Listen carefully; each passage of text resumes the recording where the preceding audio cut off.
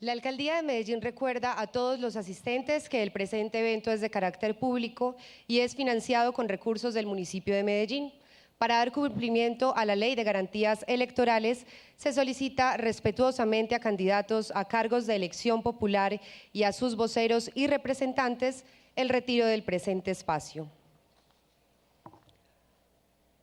Buenas tardes, la Secretaría de Cultura Ciudadana de la Alcaldía de Medellín y la Fundación Taller de Letras Jordi Sierra y Fabra les da la bienvenida al acto inaugural de la 9ª Fiesta del Libro y la Cultura. Saludamos también a la audiencia de Telemedellín que a esta hora está conectada con nosotros. El tema de este año es leer la vida, leer lo cotidiano, la casa, el barrio, la ciudad. Leemos la vida en esas particularidades que nos definen y que además son los temas que permanecen en las obras de los escritores y de los amigos que nos visitan durante estos días. Leamos juntos la vida, esa es nuestra invitación.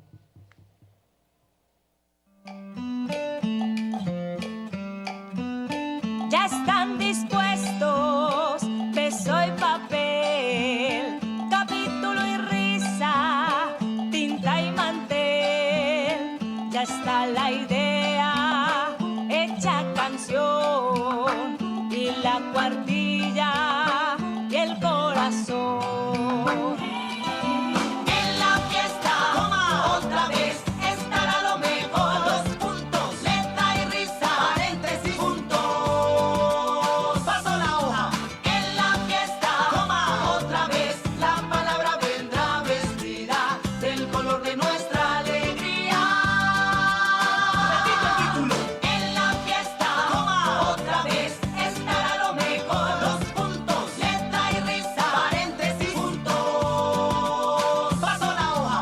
En la fiesta, otra vez, la palabra vendrá vestida del color de nuestra alegría.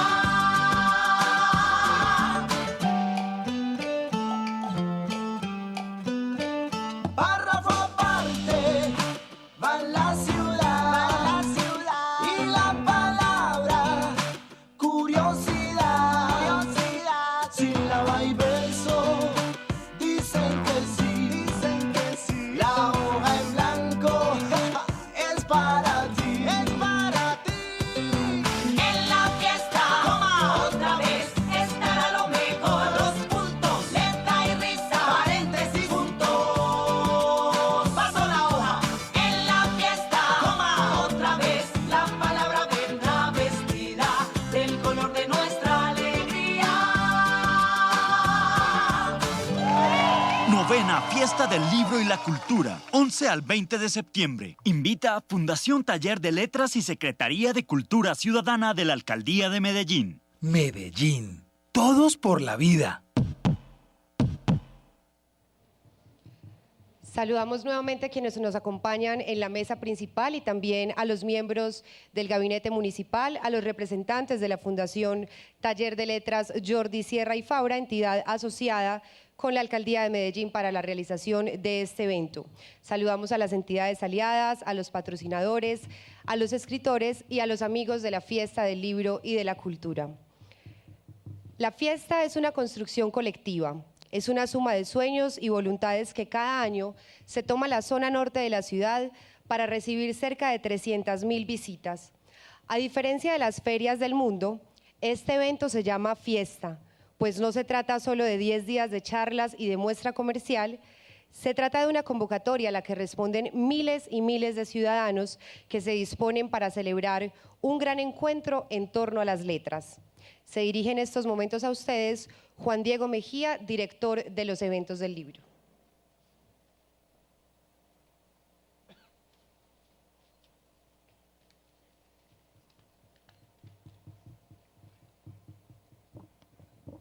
Señor alcalde Aníbal Gaviria, vicealcaldesa Alexandra, secretaria de Cultura María del Rosario, queridos escritores Carla y Pablo, me van a perdonar las imprecisiones en el protocolo, entenderán que soy apenas un animador de la gran fiesta cultural de la ciudad. Quiero darles la bienvenida al evento que hemos preparado con total dedicación y con la certeza de que es el encuentro ciudadano más esperado por los habitantes de esta región. Cada año nos reunimos en la zona norte de Medellín, aquí donde en un tiempo era peligroso caminar y donde a nadie se le habría ocurrido sentarse a leer un libro. La presencia de cientos de miles de personas ha cambiado el color oscuro de la violencia por los tonos alegres y brillantes de una fiesta. La persistencia de nuestra gente produjo el milagro de transformar la manera de sentir la ciudad. Y a fuerza de juntarnos alrededor de los libros, leer en voz alta, hablar de lo que nos mueve como seres humanos, fuimos encontrando el camino que nos trajo hasta acá, a la 9ª edición de la Fiesta del Libro y la Cultura de Medellín, que hoy comienza. Serán 10 días intensos de conversaciones entre autores, talleres de lectura, libros que han viajado por todo el mundo, momentos para hacer negocios, oportunidades para abrir las puertas del mercado a nuestras editoriales, intercambio de idiomas, culturas, maneras de entender la vida. Vienen los niños de los colegios públicos y privados con el asombro de los nuevos. Vienen las familias a comprobar que existe un mundo en el que es posible caminar con confianza, sonreír, detenerse a oír a los que escriben, llevarse a casa una muestra de esta experiencia y luego sentarse a leer y a soñar. La ciudad atiende el llamado de cada año con la certeza de que será una pausa de 10 días en la actividad vertiginosa que la caracteriza. 10 días para pensar en la vida, para entender que vale la pena vivirla a pesar de las dificultades y que precisamente son las novelas, los cuentos y la poesía las que dan la vuelta a la tuerca y las cosas empiezan a tener un sentido amable y esperanzador. Esperamos que el esfuerzo de la Secretaría de Cultura Ciudadana y la Fundación Taller de Letras Jordi Sierra y Fabra encuentre su recompensa en la alegría de la ciudad. La Fiesta del Libro de Medellín no sería posible sin la participación comprometida de las entidades que trabajan sin pausa por la promoción de la lectura. Es una característica de esta región que nos hace unirnos para obtener resultados de beneficio común.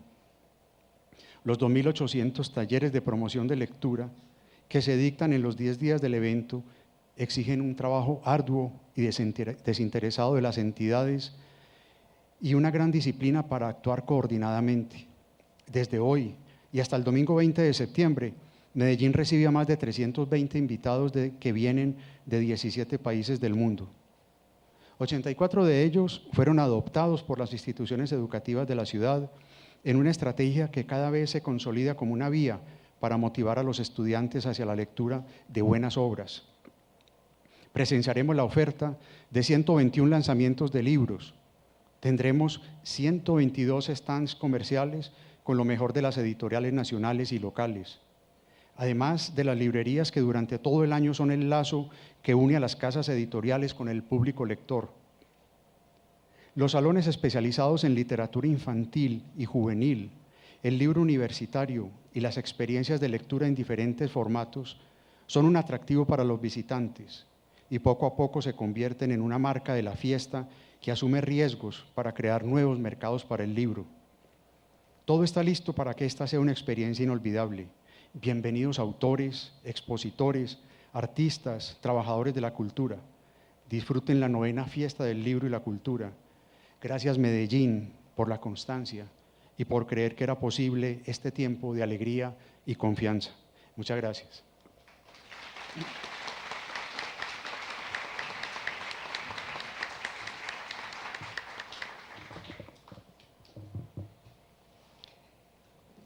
Es un honor para Medellín contar con escritores que demuestran su dedicación al oficio y que siempre están dispuestos a compartir con los ciudadanos sus hallazgos y sus logros. A continuación, el señor alcalde Aníbal Gaviria Correa, en nombre de la ciudad, entrega al escritor Pablo Montoya la medalla al mérito cultural y educativa Porfirio Barba Jacob, categoría oro, mayor reconocimiento municipal a los protagonistas del arte y de la cultura. Este es el decreto número 1489 de 2015, por medio del cual el gobierno municipal confiere una condecoración a un reconocido escritor nacional. El alcalde de Medellín, en uso de sus facultades legales, decreta. Artículo primero. Otorgar la medalla al mérito educativo y cultural Porfirio Barba Jacob, categoría oro, al escritor Pablo Montoya, en reconocimiento a su trayectoria literaria y su meritoria existencia que ha puesto al servicio de la cultura regional y nacional. Artículo segundo. Destacar el espíritu creativo de tan noble escritor, considerado uno de los más completos de su generación y cuya obra es modelo a imitar por la actual y las futuras generaciones de colombianos que aman las diferentes manifestaciones literarias. Artículo tercero. Felicitar a Pablo Montoya por hacer de su actividad cotidiana un apasionante e increíble ejercicio de creación sublime que ha contribuido al proceso de construcción de una sociedad más humana y sensible. Comuníquese y cúmplase, Aníbal Gaviria Correa, alcalde de Medellín.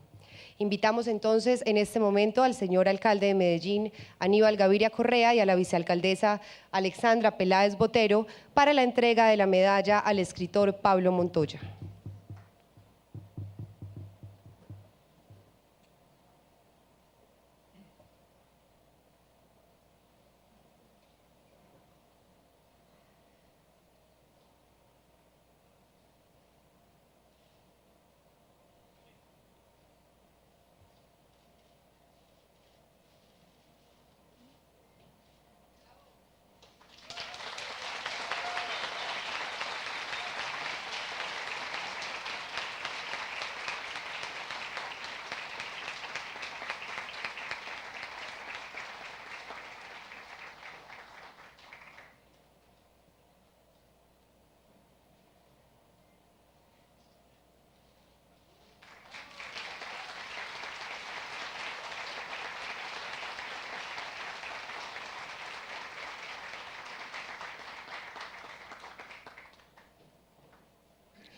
Los dejamos ahora en compañía del escritor Pablo Montoya, quien se dirigirá a nosotros en estos momentos. Buenas noches a todos. Estoy muy emocionado, muy conmovido por este reconocimiento que la ciudad de Medellín, mi ciudad, me da a través del alcalde y la alcaldesa. A ustedes, de todo corazón, mil gracias por su presencia. A Juan Diego Mejía, por su hospitalidad y su generosidad. A Carla, bienvenida a Medellín. Estoy muy contento, muy feliz.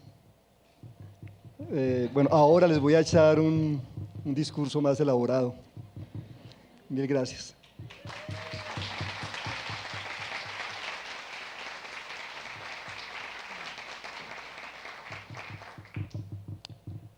Damos entonces ahora la palabra, porque la Alcaldía de Medellín hace una apuesta de ciudad y reconoce como valor fundamental la vida, tema central de esta novena fiesta del libro y la cultura. Damos entonces la palabra al señor alcalde de Medellín, Aníbal Gaviria Correa.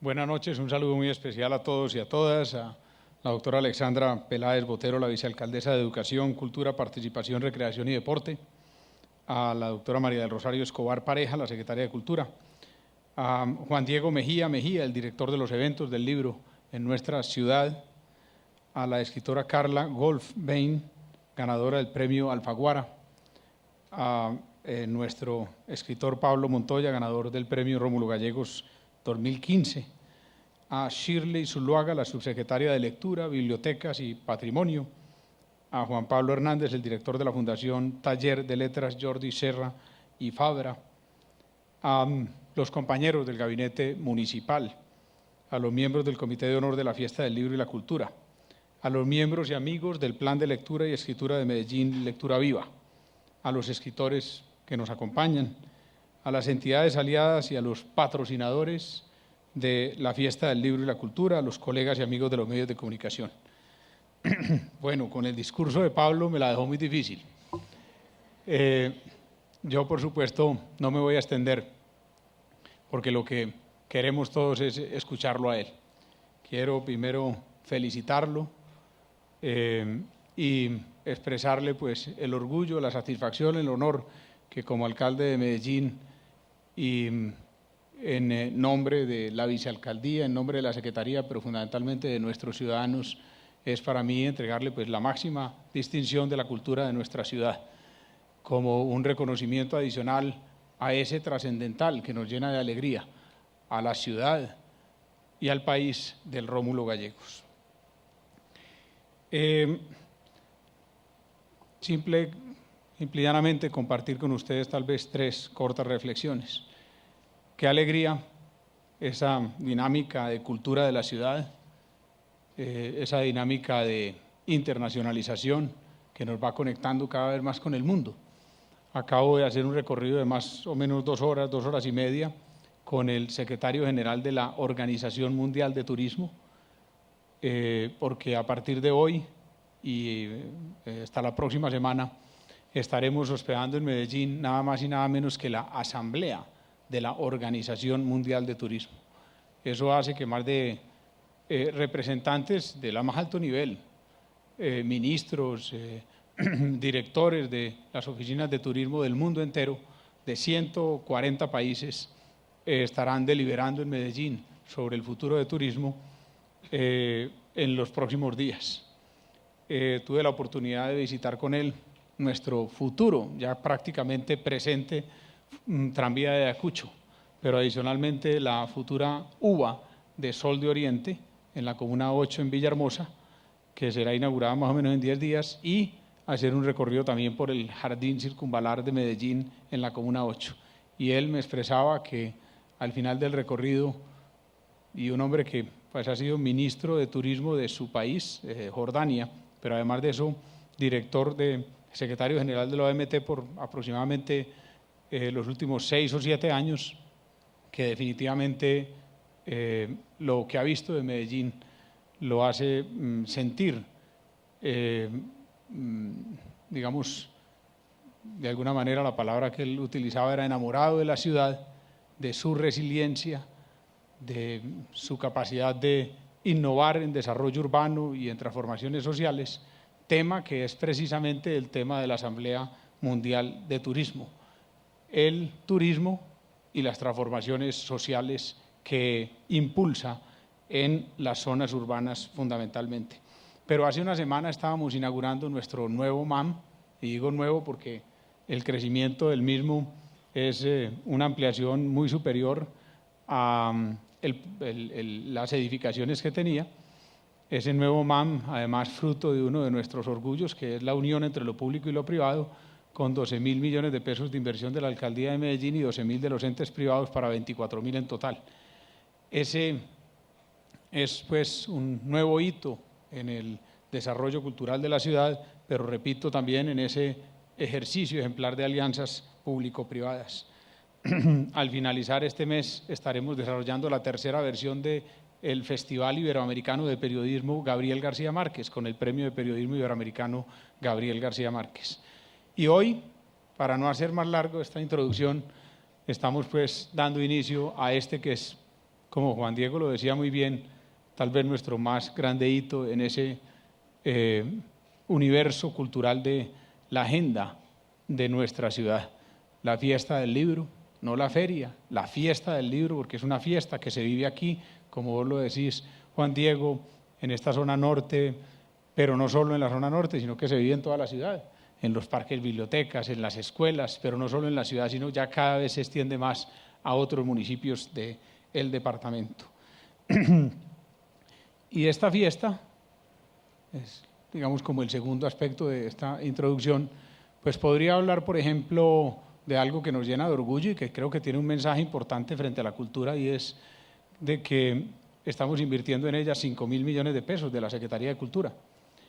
Y mire, para muchos es sorprendente, y creo que lo será, el hecho de que esa es una cifra que puede llegar casi al doble de lo que la administración municipal invierte en la Feria de las Flores, nuestro evento, digamos, más grande desde el punto de vista ferial, sin ningún lugar a dudas, por el número de visitantes y de ciudadanos y de eventos. Y eso nos parece supremamente coherente con nuestra visión de apoyo a la cultura, porque obviamente la Feria de las Flores es una feria que por sus características pues puede tener y debe tener, y así lo hemos buscado y logrado, una mucha mayor interacción con patrocinadores y sponsors del área privada, pero esa doble inversión en la fiesta del libro está indicando ese foco de la administración municipal en el impulso a la cultura y a la lectura y a la escritura. Podría también hablar de las metas que tenemos. Queremos este año tener más de 350.000 visitantes. Este año estamos ya creciendo en un 51% los lanzamientos de libros. El año pasado fueron 86, este año son 130. Podría hablar también de las actividades artísticas que están creciendo en un 67%, pasando de 40 a 67, pero no me voy a dedicar a esas cifras, porque como lo he dicho, hoy tanto ustedes como yo venimos a escuchar a Pablo. Solamente quiero compartir con ustedes de pronto unas reflexiones que tal vez son muy personales, pero que espero que se vean no en el ámbito personal o familiar del que provienen, sino en el colectivo. Y es lo que escuché desde muy niño de mi padre y de mi madre respecto a la magia y el poder de la lectura. Mi madre se enamoró de mi padre a los 12 años, pero solo se logró casar con él cuando tenía 32. Solo logró casarlo 20 años después. Y ella decía que en esas épocas de niña, de 12 años, de 13, de 14 años, el único refugio para ese amor no correspondido fue la lectura. Y que eso le dio la posibilidad de pasar esos 20 años de lo que ella llamaba un amor enfermizo. Y por su lado, mi padre me contaba que él, a los 16, 17, 18 años, tuvo una crisis que seguramente tenemos muy fuertemente los jóvenes, tanto mujeres como hombres, en esa época, digamos, de adolescencia, y de una crisis que le llevó pues a situaciones difíciles de enfrentar a esa edad en la vida, y que su único refugio y lo único que le ayudó a pasar esos momentos fueron la música y la lectura. Hoy, por mi parte, en los pocos momentos que me deja para mi familia la ardua labor de la Alcaldía de Medellín, la ardua pero apasionante labor de alcalde de Medellín, cuando puedo llegar a las 8, 8:30 de la noche a la casa y todavía no se han dormido mis hijos más pequeños, mi mayor placer es leerle por la noche a mi hija de 4 años, Adela. Y ahora el placer más grande es que ella empieza a leerme a mí. Ese es el mundo universal y mágico de la lectura al que le damos la bienvenida a todos en Medellín. Muchas gracias y buenas noches.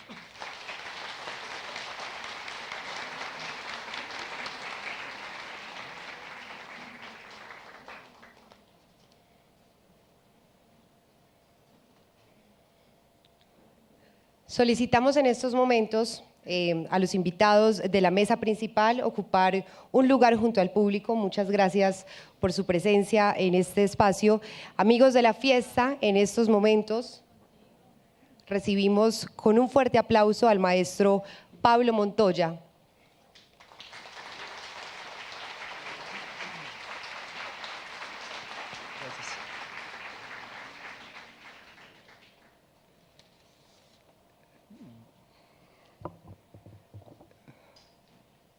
Bien, nuevamente gracias.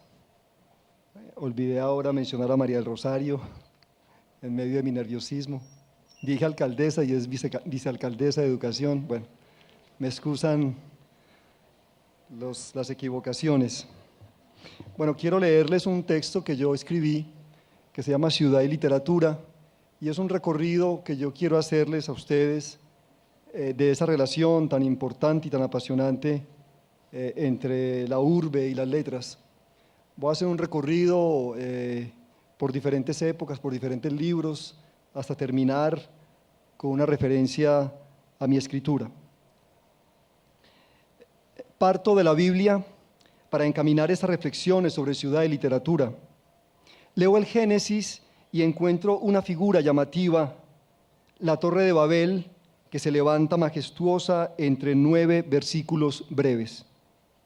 Capto algo que se relaciona con la confusión de las lenguas y el ansia desesperada de los hombres por alcanzar el cielo.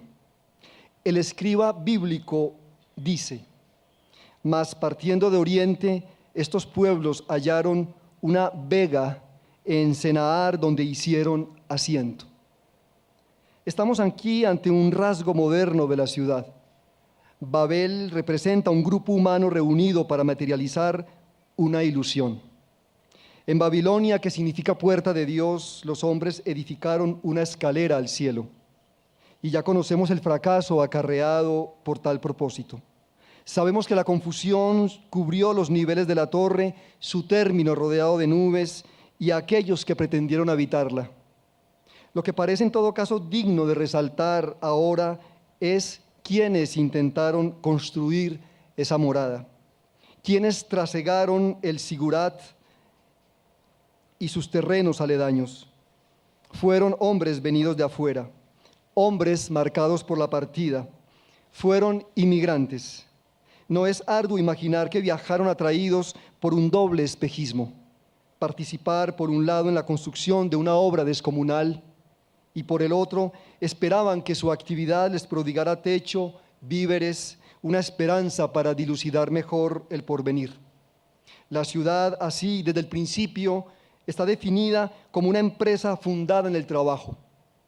Babel, y eso se deduce por el relato de Heródoto, se hizo de ladrillos de tierra cocidos en hornos, de argamasa de asfalto caliente, de zarzos de cañas, de sudor, de lágrimas y de suspiros. Pero si su fundamento es material, su aspiración busca lo metafísico. Se podría decir incluso que Babel toca lo fantástico. Todas las ciudades en lo sucesivo se han levantado gracias al esfuerzo de los inmigrantes. De ahí surge el hecho de que Babel parezca tan reciente y que siga siendo una acertada manera de definir la ciudad. Pero es por ese flujo de forasteros que llegan para sumarse a la elaboración de un sueño colectivo que la ciudad inevitablemente se siente extraña de sí misma. La historia ha enseñado que las ciudades, a través de los regentes y sus códigos civiles, abominan de los extranjeros que, no obstante, le insuflan vitalidad. Los ejemplos son tan numerosos en el pasado, tan prolíficos en el presente, que resulta fatigante detenerse en ellos. Hebreos en Mesopotamia y Egipto, persas y egipcios en Grecia, griegos en Roma, romanos en Galia, Hispania y Germania, árabes en España, españoles, anglosajones, árabes y negros, africanos en América, americanos, africanos, asiáticos en Europa. Por un curioso mecanismo de amor y odio, de rechazo y atracción, de absorción y regurgitación, la ciudad se teje con el que viene de afuera, y tejiéndose así sabe que su ser hila en medio del vacío, que a sus agujas las derrite el fuego, que la ornamentación en sus bordados linda con el desorden. La ciudad que pretende ser amparo se siente abandonada con el inmigrante que busca precisamente refugio en ella. La ciudad que anhela ser sedentaria reconoce que al recibir al foráneo perpetúa la condición de ser en movimiento que éste guarda. La ciudad quiere ser una y es múltiple. Aspira a ser limpia y honorable y es sucia e insensata. La ciudad es paradójica y lo es porque nosotros, sus habitantes, irremediablemente lo somos. Con nosotros, hombres desgarrados, desraizados, desarraigados, desterrados, la ciudad se convierte en el espacio temido, pero que en el fondo aspira. Ese espacio de la dispersión, de la disolución y del incesante encabalgamiento. Pensar lo contrario, una ciudad desprovista de inmigrantes, es tocar uno de los perfiles de las ciudades utópicas. Estas, recuérdese, no existen, solo se levantan en los libros y respiran en sus páginas con una sospechosa pretensión de permanencia. Como lector es lo que siento cada vez que entro en Amauroto, la capital de Utopía, la isla creada por Tomás Moro. Allí el bienestar inunda a sus habitantes, el trabajo está sabiamente organizado y no es aplastante. el descanso es generoso y las jornadas recreativas ocupan gran espacio.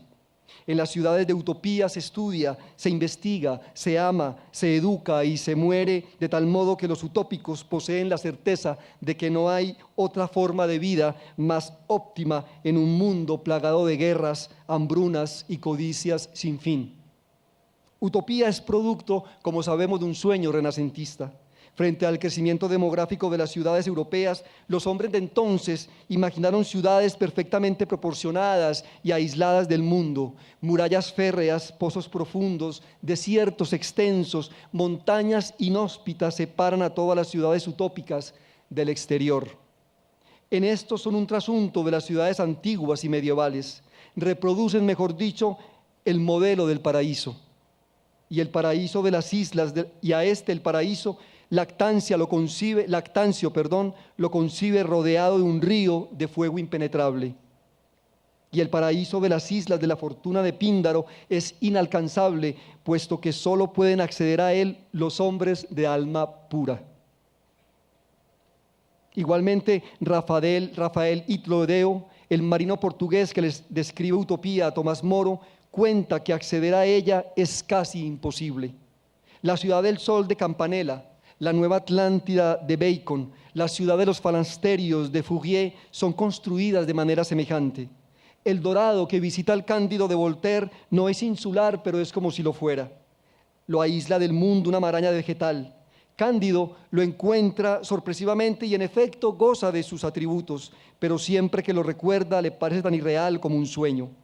Es este aislamiento geográfico lo que otorga a las ciudades utópicas una condición no solo de irrealidad, sino de retraso y de abandono.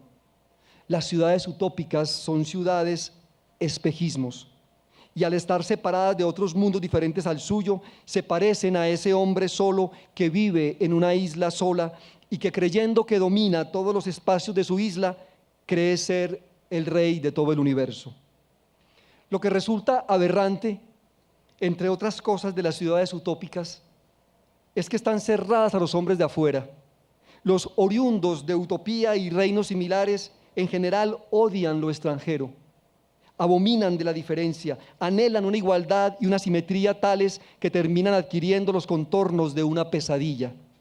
Los gérmenes de los sistemas totalitarios no son una invención del siglo XX. Ellos surgen de las utopías de los escritores del Renacimiento. En sus ciudades utópicas existe un estricto control de las autoridades sobre los ciudadanos. Una total ausencia de la libertad individual planea en los comportamientos de sus habitantes. En ella se confrontan radicalmente el yo y el nosotros. Y este último es quien termina victorioso. Sabemos que en la sociedad utópica la ley, emitida por una entidad burocrática, se impone sobre el pueblo. La reglamentación es el pilar sobre el que se sostienen los territorios de las utopías.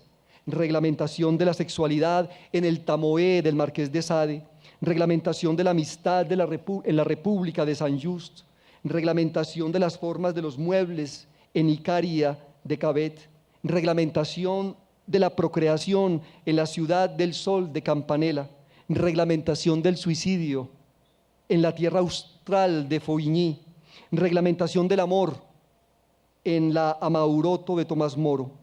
Al buscar por todos los medios posibles de la legislación una controlada felicidad social, las ciudades utópicas portan en sí su inevitable fracaso y pasan a ser lugares terribles.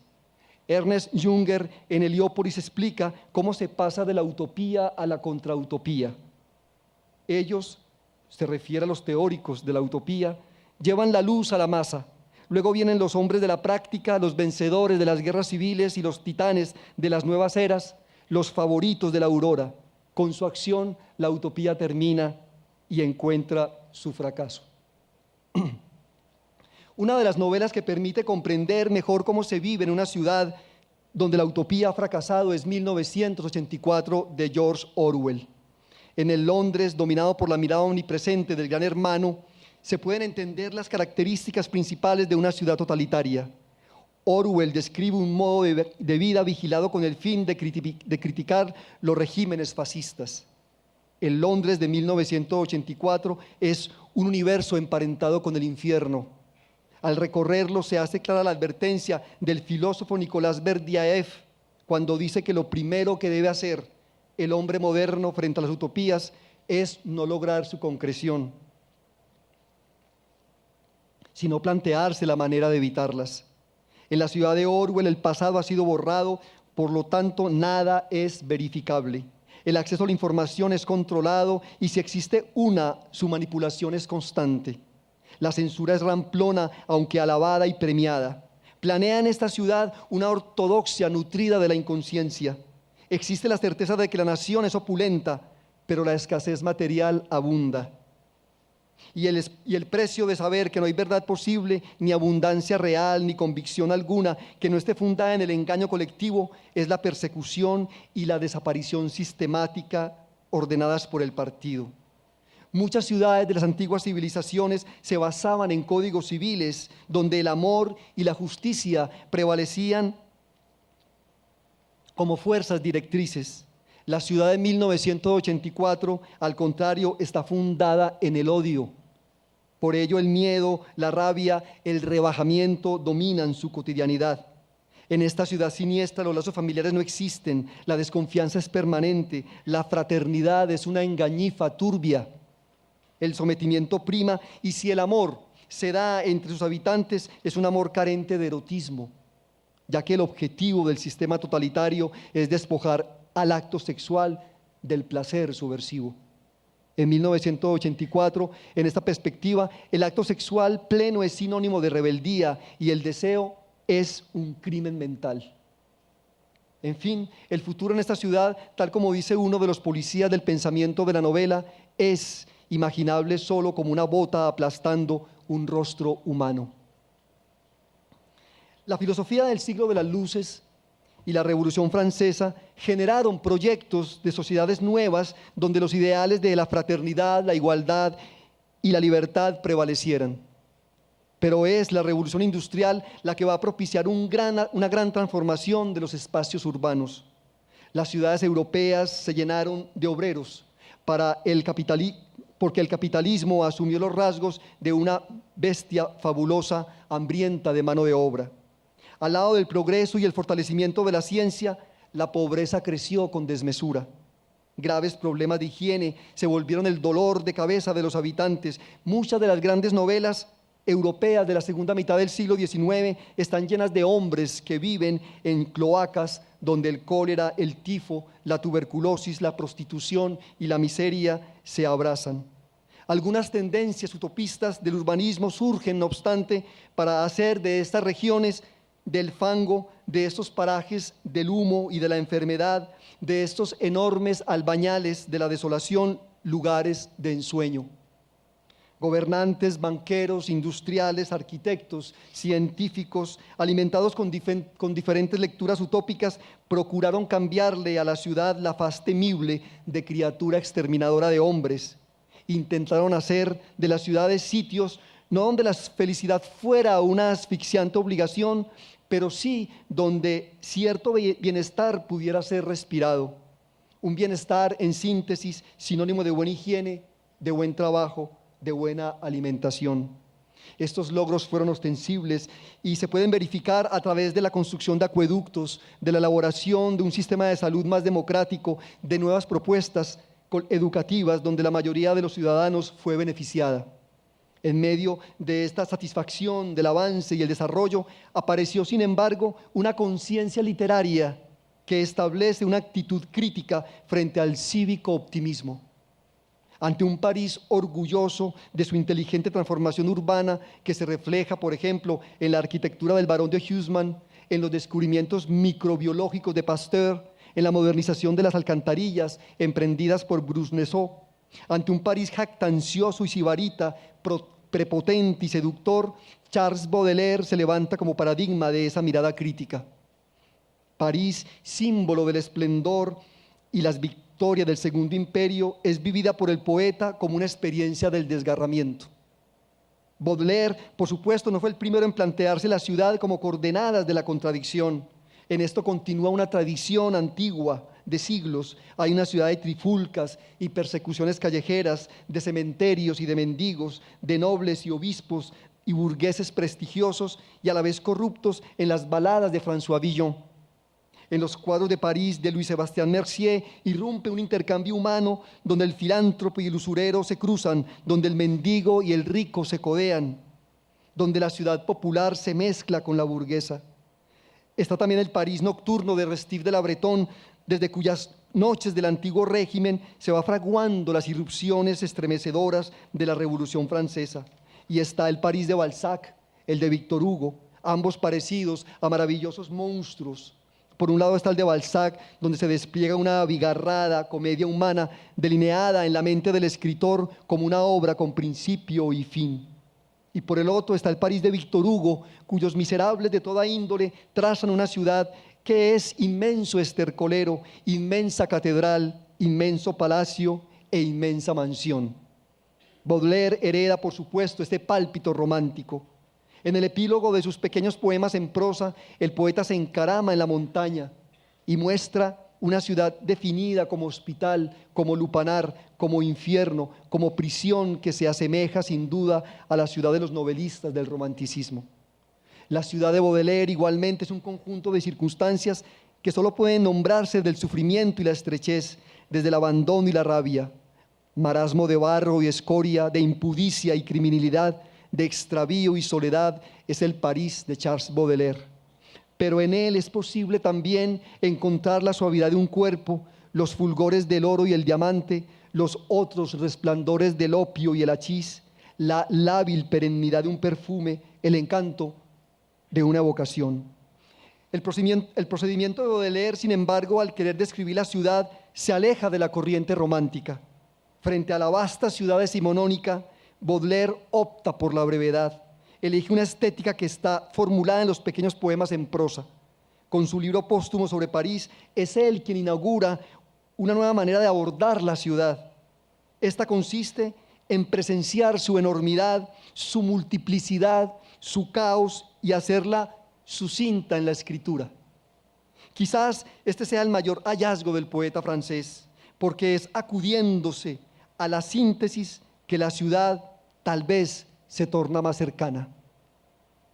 Este método estilístico supone pensar en el fragmento, mejor dicho, acudir a lo inacabado.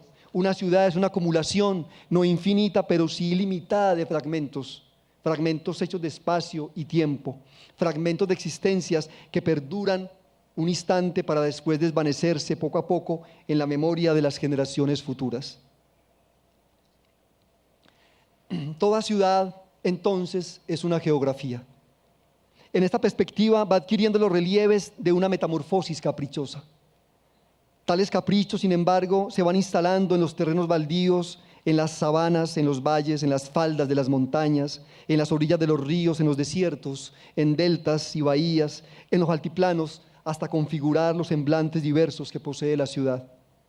Algunos de ellos han sido atrapados de forma inolvidable en la escritura poética. En realidad es esta y no otra la que tiene la virtud de rozar los grandes secretos de la ciudad. ¿Acaso exagere en esta consideración? Pero pienso que hay una Praga más vigente, más plena de belleza y melancolía en algunos cuentos de Franz Kafka que no superan la página y parecen ser más bien prosas poéticas que en sus grandes narraciones, donde se describe una ciudad interminable, llena de oscuras trampas, de leyes incomprensibles y que están tramadas de procesos judiciales de los cuales no es posible escapar. Dublín se dibuja mejor en 2 o 3 frases inolvidables del James Joyce de sus primeros cuentos que en el monumental recorrido hecho por Stephen Dedalus en el Ulises. Creo que algunos poemas de José Manuel Arango, de Elí Ramírez, de Carlos Vázquez y Pedro Arturo Estrada, acaso los más breves, revelan mejor el enigma terrible y encantador de Medellín que todas las novelas escritas para descifrar esta urbe vertiginosa. De igual modo, me parece que el Buenos Aires de Borges es el más memorable de todos los que se han escrito. ¿Por qué este Buenos Aires de principios del siglo XX, valga la pena preguntarse, resulta siendo tan nuestro? La respuesta, aventuro, está esbozada en el prólogo del primer libro de Borges. porque en ella, tal como pasa en Tunja y en Ámsterdam, en León y en La Habana y en Medellín, el poniente y el sur, el norte y el naciente están hechos de moradas humanas, porque es una ciudad forjada desde el paso del transeúnte, esa otra forma del inmigrante en cuyos ojos se dibujan atardeceres, arrabales y la apacible desdicha que define una de las formas de la serenidad. Con Borges entendemos aquello de que toda ciudad digna de recordarse, al menos en literatura, es un paisaje humanizado. El del escritor argentino se vuelve una geometría de calles y quintas donde el tiempo y la memoria expresan con minucia el paso del hombre y en su eco la estela de la poesía se dibuja. Pero no solo se trata de verla. Borges va más allá cuando arguye que lo esencial de una ciudad es narrarla. La ciudad existe cuando es nombrada. Es desde el relato que podemos tocarla, oírla, olerla. Es desde la narración incluso cuando creemos entenderla. Cuando la ciudad se cuenta, se instala más que un héroe que asegura todo relato, un yo cuyo único fin es decir. ¿Pero qué dice ese yo? Una queja impronunciable, una esperanza jamás realizada, un sueño despedazado que añora su lejana unidad. Ese yo dice un secreto que se vuelve más inaprensible en la medida en que se disfraza con las palabras. Ciudades hechas de casas y calles y jardines y hombres que acuden a las palabras para tornarse más diáfanas o más turbias. Ciudades que permiten comprender los alcances de nuestra luminosidad y la hondura de nuestros desconciertos. Ciudades finalmente que para revelarnos mejor lo que somos necesitan ser inventadas por la literatura. Así son, por ejemplo, las ciudades invisibles de Italo Calvino. Lo maravilloso, la desmesura, lo imposible podrían ser términos útiles a la hora de querer acercarnos a las ciudades descritas por Marco Polo. En ellas hay un ánimo de palpar el enigma de la ciudad moderna. En esta perspectiva se hermanan profundamente con la historia de la Torre de Babel. Las ciudades de Calvino van al pasado, se proyectan hacia el futuro y para realizar tal peripecia acuden al mito, característica que les prodiga un relieve de territorio onírico. Tal labor recuerda al caleidoscopio, esas ciudades de la memoria y del deseo, las sutiles y las escondidas, las ciudades de los signos y los trueques desembocan milagrosamente en la ciudad de ahora. Curiosa contradicción la que aquí se establece. Las ciudades parecen transparentes por la precisión del lenguaje que utilizan para presentarse y terminan construyendo, no obstante, un espacio hecho con el reflejo enrevesado de múltiples ciudades. He mencionado una montaña y a sus pies una extensión de edificaciones donde se aglomeran los hombres. Esta imagen del arriba observador del abajo que Baudelaire recrea al final de sus poemas en prosa es muy propia para conocer nuestras ciudades andinas. Medellín no está suspendida entre las orillas de un precipicio como Octavia, una de las ciudades sutiles de Italo Calvino. Muchas veces, sin embargo, procura la impresión de que el valle en que se afinca tiene las dimensiones de un abismo. Me he preguntado en varias ocasiones cómo es la mejor manera de acercarse a Medellín. La mejor visibilidad, dice una respuesta, la ofrecen las cimas de las montañas circundantes. En otras he creído que la horizontalidad del valle como el mejor lugar para adquirir los matices reales de la ciudad, o que es en el continuo vaivén de las subidas y los descensos desde donde se vislumbra el verdadero rostro de esta urbe. Es evidente en todo caso que cuando asumimos a Medellín estamos sometidos a su implacable relieve, pero en realidad aproximarse a una ciudad exige una metodología. Esta puede ser en síntesis una mayéutica, una hermenéutica o una poética. Y en cualquiera de tales posibilidades Medellín termina ofreciendo una senda de nubes y estrellas, la realización de un sueño individual o el desenlace de una pesadilla colectiva, ese instante único y quizás repetido de alguien que nace y otro que muere u otro que es desaparecido o es masacrado. La poesía es, y es necesario repetirlo, la que mejor nos muestra la esencia de la ciudad, pero su presentación pertenece al ámbito de la fugacidad detenida logrado por la palabra. Uno de nuestros poetas, José Manuel Arango, captura milagrosamente a Medellín en sus poemas, aunque no tengo certeza al afirmar que Medellín sea la ciudad que respira en su obra. Podría ser otra cualquiera y con todo un lector de aquí aseguraría que es de su ciudad de la que habla el libro Este lugar de la noche. Pero ¿cómo es la ciudad cuando leemos a José Manuel Arango? Es un espacio doble, sagrado, así quiera negarlo, su brutal profanidad cotidiana. Hay una Medellín íntima y silenciosa que surge de otra hecha de desastres y de crímenes. Sabemos que una de ellas, la cruel y frívola, la espectacular e insensata, se ha impuesto desafortunadamente con frecuencia. Pero la que irrumpe en Arango es otra ciudad, una ciudad donde sucede lo que sucede en muchas otras ciudades, pero donde se produce el milagro de la revelación.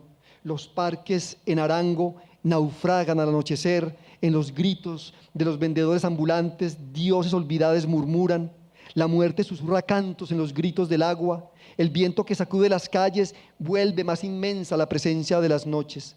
Hay algo de todas maneras singular en el primer libro de este gran poeta. Allí se encuentra una Medellín descubierta desde las tinieblas, con los ojos cerrados, palpando latientas. Medellín se asume como una corporeidad de luz negra que suscita el goce y el dolor. La ciudad de este lugar de la noche es una bruma fulgurante y sus sombras, que se llaman muros, puentes, calles, plazas, se funden en la perplejidad del poeta. Y voy a terminar conmigo. Ideo un libro, lo escribo con la intención de mostrar una determinada circunstancia del hombre marginal. En él confluyen el anonimato ocasionado por las metrópolis y los bajos mundos en que aquel se mueve para poder sobrevivir. A mis personajes de este libro los estremece la ira y la resignación, la nostalgia y la epifanía, la desolación y el delirio. Aspectos que en general moldean el desarraigo que vive un tipo de hombre muy común en nuestras ciudades contemporáneas. Ese ciudadano que se siente herido por saberse extraño en un espacio ocupado por millones de extraños. El libro que imagino es oscuro, está surcado de depresión, de melancolía, de un odio denso y un terror sórdido, pero a sus páginas las impregna el atropellado deseo de la creación. Este permite a sus personajes conjurar el vacío al que les conduce las vivencias de su ciudad. La ciudad que describo se ha alimentado de Medellín, de París, de Bogotá, de Tunja, que han sido mis ciudades, pero en realidad ella es anónima y sus protagonistas están cobijados por un manto similar. Esa ciudad que escribo pretende erigirse como un arquetipo, y cuando digo arquetipo hablo de la engorrosa pretensión de querer que todos los lectores del libro que tramo se sientan en su ciudad. Mis habitantes, nombrados de sus oficios, viven situaciones límites de violencia.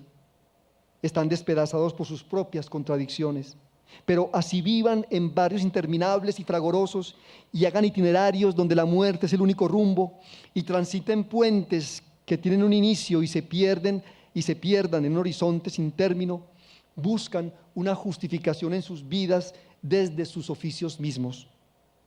Así, en este libro hay un músico que escribe una obra donde están contenidos todos los sonidos de su ciudad. Un relojero, siguiendo intuitivamente a Leibniz, se lanza a diseñar relojes para medir la espera, para calcular el tedio, para indicar la extensión de las pesadillas de los habitantes. Un arquitecto planea una urbanización de pequeños apartamentos cuyo objetivo es albergar el crecimiento voraz de la urbe.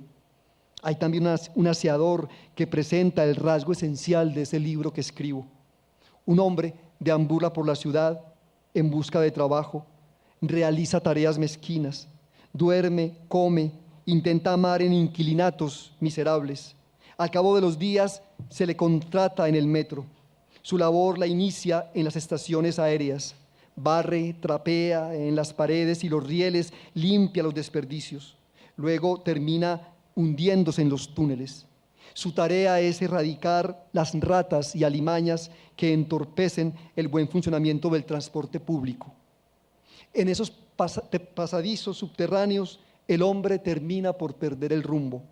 Entonces grita, despotrica contra él y contra todos, se enloquece de soledad y de tinieblas hasta darse cuenta de que es en esta perdición donde él logra conocerse.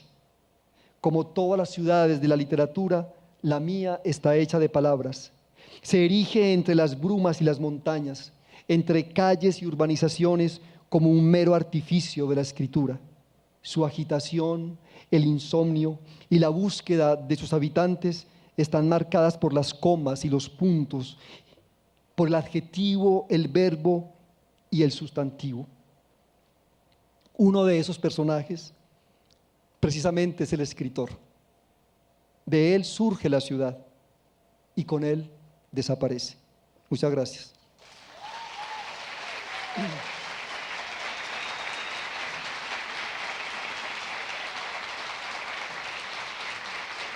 Muchas gracias.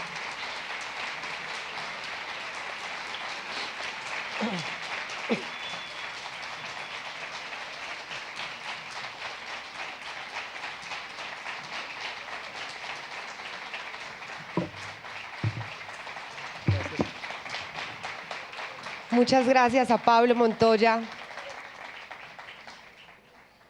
por esas palabras que nos acaba de regalar en este espacio.